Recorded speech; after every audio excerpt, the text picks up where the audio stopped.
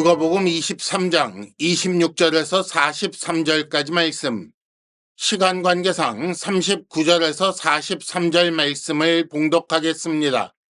달린 행악자 중 하나는 비방하여 이르되 네가 그리스도가 아니냐 너와 우리를 구원하라 하되, 하나는 그 사람을 꾸짖어 이르되 네가 동일한 정죄를 받고서도 하나님을 두려워하지 아니하느냐. 우리는 우리가 행한 일에 상당한 보응을 받는 것이니 이에 당연하거니와 이 사람이 행한 것은 옳지 않은 것이 없느니라 하고, 이르되 예수여 당신의 나라에 임하실 때에 나를 기억하소서 하니, 예수께서 이르시되 내가 진실로 네게 이르노니 오늘 네가 나와 함께 낙원에 있으리라 하시니라. 아멘.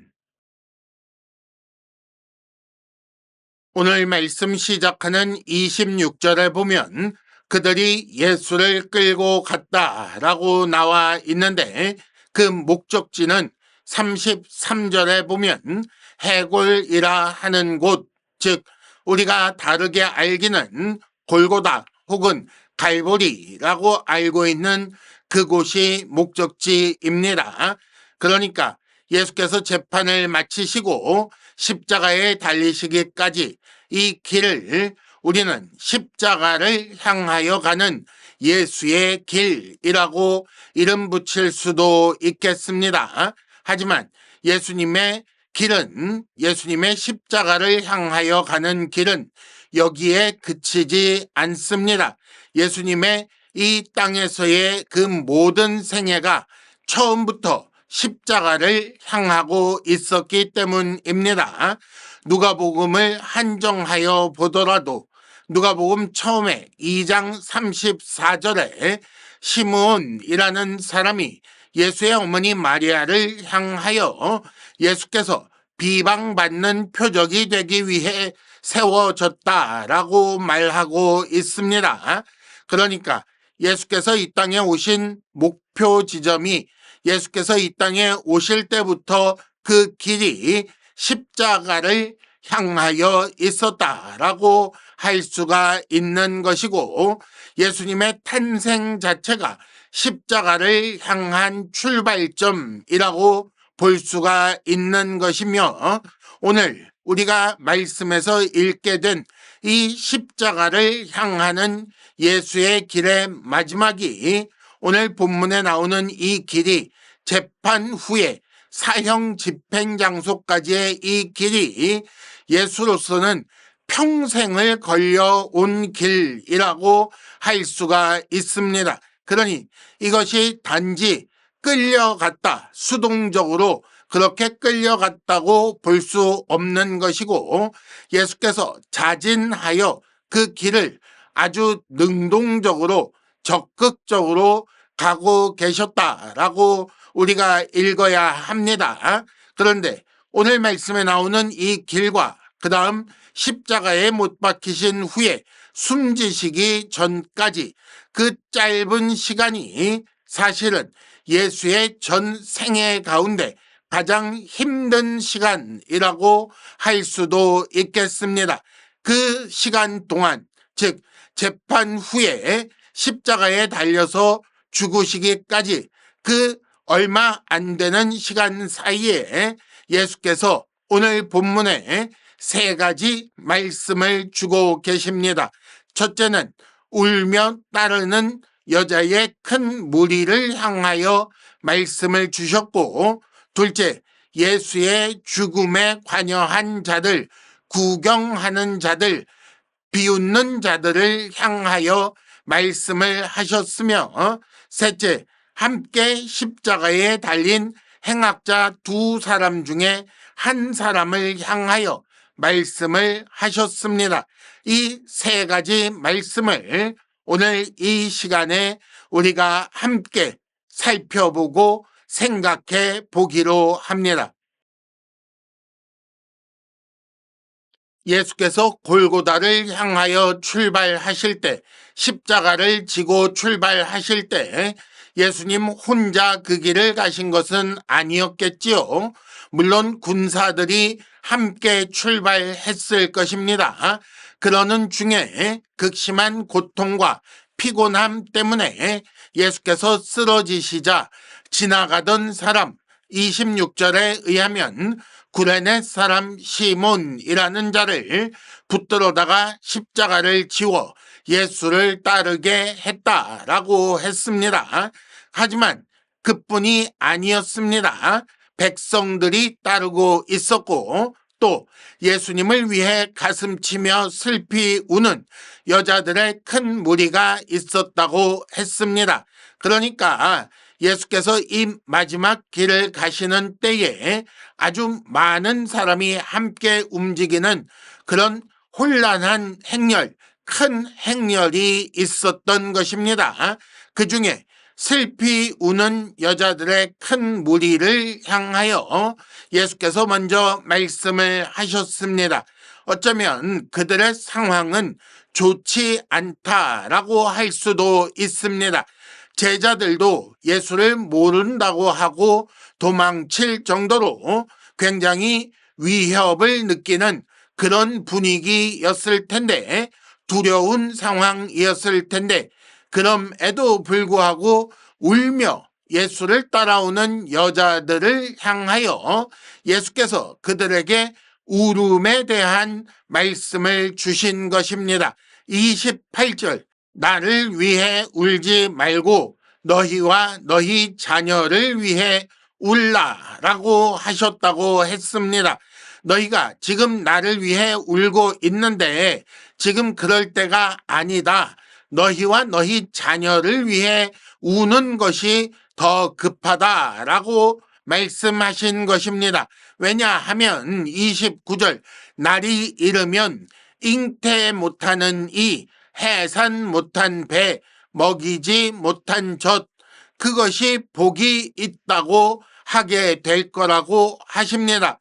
아이 없는 자들이 원래는 저주받은 자처럼 여겨져서 슬픔 가운데 있게 되는 것인데, 그런 자들을 향하여 복이 있다라고 하는 그런 날이 온다는 것입니다.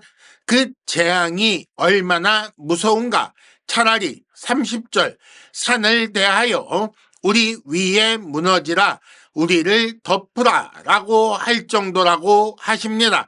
그렇게라도 해서 그 두려운 것을 피하기를 바라는 날, 그 재앙을 피하기를 바라는 날이 온다고 말씀하시는 것입니다.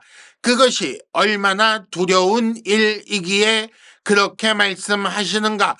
31절, 푸른 나무에도 이같이 한다라고 했는데 예수께서 당하신 일을 말씀하시는 거지요. 그런데 마른 나무에는 오죽하겠는가라고 말씀하십니다. 언제 누구를 향하여 어떤 일이 닥친다고 하시는 것인지 분명하게 알 수는 없지만, 그래서 여러 가지 해석이 있지만 이것이 분명한 것은 예수께서 당하시는 것보다 더 큰 고난, 더 무서운 고난이 이 땅에 임할 것이고 더 큰 수치를 겪는 날들이 오게 될 것이며, 예수로 말미암아 우는 것보다 더 심하게 울어야 할 날이 올 것인데, 그런 날이 올 것이니 너희는 너희와 너희 자녀를 위해 그 날을 당하지 않도록, 혹은 그런 날이 왔을 때 피할 수 있도록 울어야만 한다. 죽는 메시아를 위해서가 아니라 메시아를 죽인 이스라엘을 위하여 회개하는 눈물을 흘려야만 한다라고 가르쳐 주시기를 예수를 믿고 따르는 자들에게 가르쳐 주셨던 것입니다. 그러니까 예수를 믿고 따르는 자들이라면 그런 환난, 그런 재앙이 닥치기 전에 언제나 눈물로 간절하게 하나님께 그 날을 피하게 해달라고, 그 날에 구원받게 해달라고 구해야 맞는 것입니다. 그렇게 예수께서 32절 또 다른 두 행악자와 함께 33절 해골이라 하는 곳에 도착하셔서 거기서 예수를 사람들이 십자가에 못 박았습니다. 그리고 두 행악자를 그 우편과 좌편에 각각 못 박게 되었지요. 이제 수치와 목마름 그리고 과다출혈 같은 것으로 죽기를 기다리는 것 외에 아무런 할 일이 없는 상태가 되었습니다. 먼저는 발가벗겨져서 매달려 있으니 아주 큰 수치를 당하는 것이고, 그 다음에는 육체적으로 여러 가지 고통들이 다가올 것이며 결국은 피를 많이 흘려서 그 자리에서 죽게 되는 것입니다. 그러니 예상 가능한 모습은 무엇인가? 그 위에 매달려서 분노하거나 절규하거나 혹은 슬퍼하는 일이 있어야 하고, 아무리 못해도 최소한 우리가 생각하기에 아무리 예수라고 할지라도 삶을 포기하고 조용히 그 죽음을 기다리는 것 외에는 아무것도 할 일이 없다라고 생각할 만한 그런 상황이 되었다는 거예요. 하지만 전혀 다른 모습이 나타납니다.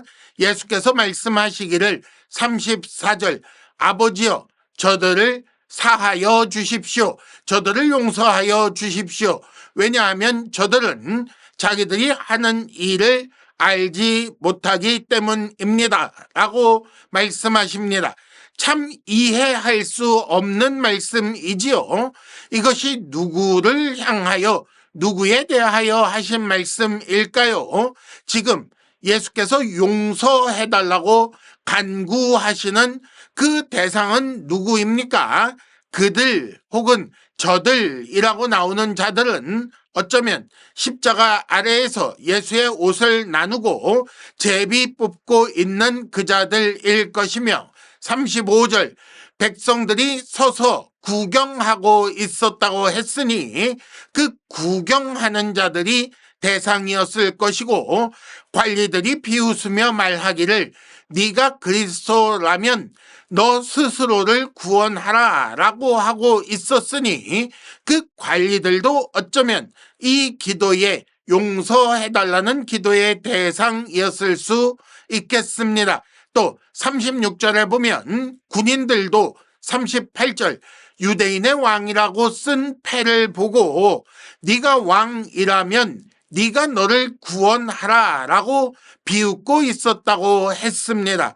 이 밖에 예수님의 그 용서를 구하는 기도의 대상이 공회원이나 빌라도나 헤롯 같은 사람이 포함되었는지는 알 수 없지만 분명한 것은 용서해 주십시오, 사하소서라고 구하는 이 예수님의 기도가 만일 예수님이 죄인이었다면 이런 말을 할 수가 없는 거죠.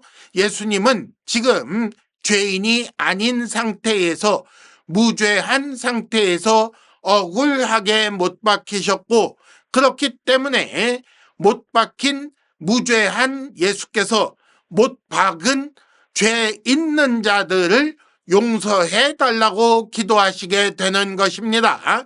죄 없는 분이 철저히 죄인으로 죽으시며 그 죄값을 대신 치르고는, 그러니 그 결과로 죄인에 대해 용서하시고 긍휼히 여겨주십시오라고 아버지 하나님께 요청하고 계시는 거지요. 그렇다면 여기서 우리가 생각할 것이 있습니다. 만일 예수께서 나를 위해 용서를 구하고 계신다면, 예수께서 나를 용서해 달라고 아버지 하나님께 간구하고 계신다면, 자, 생각해 보십시오. 나는 예수를 못 박은 자요, 예수의 옷을 나누어 가진 자요, 예수의 속옷을 홀로 차지하기 위해 제비 뽑은 자요, 예수의 십자가형을 구경하는 무리에 속하여 있고, 또한 예수를 비웃으며 말하기를 네가 그리스도라면 너 스스로를 구원하라 라고 비웃고 조롱하던 무리 중에 속하여 있었던 자라는 결론을 내릴 수밖에 없습니다. 예수께서 그런 자를 위해 용서를 구하셨기 때문이지요. 나는 그렇게 나쁜 사람이 아니야. 난 그런 죄인이 아니야 라고 생각하고 싶으십니까? 예수께서 용서해달라고 간구하신 대상이 그런 사람들이니 만일 나는 그런 사람이 아니야 라고 한다면 예수께서 용서해달라고 간구하시는 대상이 아니라는 말이 되는 것 아니겠습니까? 여러분, 어느 쪽이 더 좋으십니까? 죄인이 되어 예수께서 용서해달라고 간구하는 그런 대상이 되시는 편이 좋겠습니까? 아니면 내가 죄 없다고 우겨서 예수의 간구하심과 상관없는 자가 되시는 편이 좋겠습니까? 잘 생각해 보십시오. 예수께서 나를 위해 죽으셨다라는 말은 내가 바로 그런 죄인이다라는 말이고, 그래야 예수께서 나를 위해 용서해 달라고 간구하시는 것이 맞는 말이 되는 것입니다. 예수께서 하신 세 번째 말씀의 배경을 보십시오. 예수와 함께 예수님 좌우에 함께 십자가에 달린 행악자가 있다고 했습니다. 그러니 그들도 예수를 향한 그 모든 조롱을 함께 들었겠지요. 그래서 그런지 그 중에 하나가 39절 예수님을 비방하기를 네가 그리스도라면 너와 우리를 구원하라 라고 했습니다. 예수님을 비웃던 관리처럼 그런 말을 한 거지요. 그러나 다른 한 사람이 42절 예수여 나를 기억하소서라고 했습니다. 그래서 예수께서 43절 오늘 네가 나와 함께 낙원에 있을 것이다 라고 말씀하십니다. 비방하면서 구원하라 라고 한 자는 구원을 받지 못하였고 나를 기억하소서라고 요청한 자는 예수로 말미암아 구원을 얻게 된 거지요. 이 둘 사이에 어떤 차이가 있는가? 어떻게 이런 일이 가능하게 되었는가? 그의 한 말을 보십시다. 40절 너는 정죄를 받고도 하나님을 두려워하지 않느냐? 네가 죄가 있다는 것이 분명하게 밝혀졌는데 하나님을 두려워하지 않다니 이게 어찌 된 일이냐? 41절 우리는 우리가 행한 일에 상당한 보응을 받고 있는 것이다. 죄를 지었기 때문에 벌을 받고 있는 것이니 이는 당연한 것이다. 그런데 십자가가 바로 그 벌인데 41절 이 사람이 행한 것 중에는 옳지 않은 것이 없지 않느냐. 그는 아주 억울하게 남의 죄 때문에 이렇게 십자가에 매달려 있는데 그럴 뿐이 아니시지 않느냐라고 말함으로써 예수께서 옳으신 분, 의로우신 분이라는 사실을 인정하고 있습니다. 그리고는 42절 당신의 나라에 임하실 때, 즉 예수님의 나라라는 말로 하나님 나라를 말함으로써 예수께서 하나님 나라의 왕이신 그리스도라는 사실까지 인정하였습니다. 그리고는 마지막에 나를 기억하소서라고 은혜를 구하고 있지요. 죽어가면서도 예수를 조롱하는 악한 본성이 발현되는 현장에서 악한 자를 위하여 용서를 구하는 그렇게 죽어가는 의로우신 예수님에게 긍휼과 은혜를 구하는 자가 나왔던 것입니다.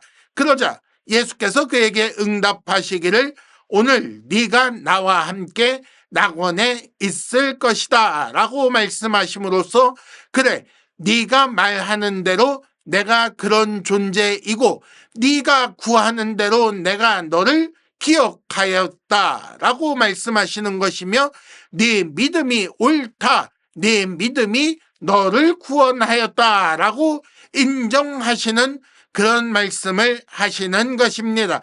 지금도 같은 믿음으로 고백하는 자가 구원을 받지 않습니까? 이를 통해 예수께서는 구원받는 믿음이 무엇인지 가르쳐 주신 거지요. 여기서도 두 가지가 분명하게 드러나는데, 첫째, 구원받는 자의 특징은 자기 죄를 인정하는 것이다 라고 할 수 있습니다. 최소한 자기 죄를 인정하지 않는 자는 구원받지 못한다라는 것만은 분명하지요. 그 자기 죄를 인정하는 데서 구원은 시작되는 것입니다. 또 한 가지 분명히 드러나는 것은 예수께서 이 순간에도 숨을 거두시기 직전에도 여전히 구원 사역을 하시며, 그렇게 십자가에서조차 함께 십자가에 달린 자를 구원하고 계시는 것을 우리가 보게 되는 것입니다. 십자가 죽음 그 최후의 순간까지 예수께서는 그 전 생애를 다 바쳐 우리를 구원하시는 일에 충성하셨던 것입니다. 우리를 위하여 용서해 주시기를 간구하시고 구원받는 믿음이 무엇인지 가르쳐 주셨으며, 눈물로 하나님의 긍휼을 구해야 한다고 가르쳐 주신 것입니다. 우리는 쉽게 예수께서 우리 죄를 대신하여 죽으셨다, 우리 구원을 위해 십자가를 지셨다 라고 간단하게 말하고는 합니다. 그런데 오늘 말씀에서 우리는 예수께서 걸어가신 그 십자가의 길, 그 고통스러운 여정과 또 그 가운데서 행하신 구원 사역을 보게 되었습니다. 예수께서 바로 이것을 위해 오셨습니다. 우리를 구원하시기 위해 오셔서 이렇게 죽는 그 순간까지, 죽기까지 충성하시는 그런 일을 보여주셨던 것입니다. 그리고 이것이 바로 예수의 제자들이 가야 할 길입니다. 예수의 제자는 자기 십자가를 지고 예수 뒤를 따르는 자들이라고 하셨는데, 그러므로 예수의 제자된 자의 삶이 오늘 말씀에서 본 것과 같은 그런 모습이어야 한다는 것을 우리는 생각해야 합니다. 우리도 예수처럼 죽기까지 충성해야 하는 것입니다. 그러면 어떻게 하는 것이 죽기까지 충성하는 것인가? 예수께서 죽는 그 순간까지 가르침을 주시며 구원받는 자들을 늘어나게 하려고, 한 사람이라도 더 구원하려고 애쓰신 것처럼 우리도 역시 예수의 가르침을 마음에 새겨 다른 사람의 구원을 위해 그 복음을 전달하는 일을 죽을 때까지, 죽는 그 순간까지도 해야 옳은 것입니다. 우리는 예수의 증인입니다. 예수의 죽으심과 부활의 증인입니다.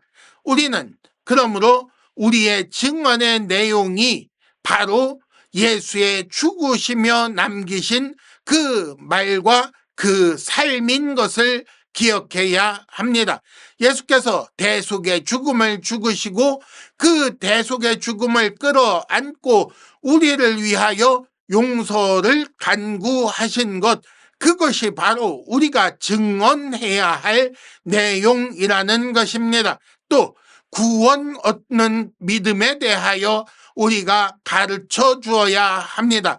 마지막으로 함께 십자가에 달렸던 행악자 중 하나가 그렇게 하여 예수와 함께 낙원에 있게 된 것처럼 어찌하면 죽어서라도 천국에 갈 수 있는지 구원 얻는 믿음에 대해 만방에 가르쳐 줄 필요가 있는 것입니다. 가까운 시간 안에 산을 대하여 우리 위로 무너지라 할 만한 그런 무서운 재앙의 때가 올 텐데 그 전에 구원에 이르도록 구원에 속한 자가 되도록 우리와 우리 자녀를 위해 우는 그런 우리가 되어야 할 것입니다.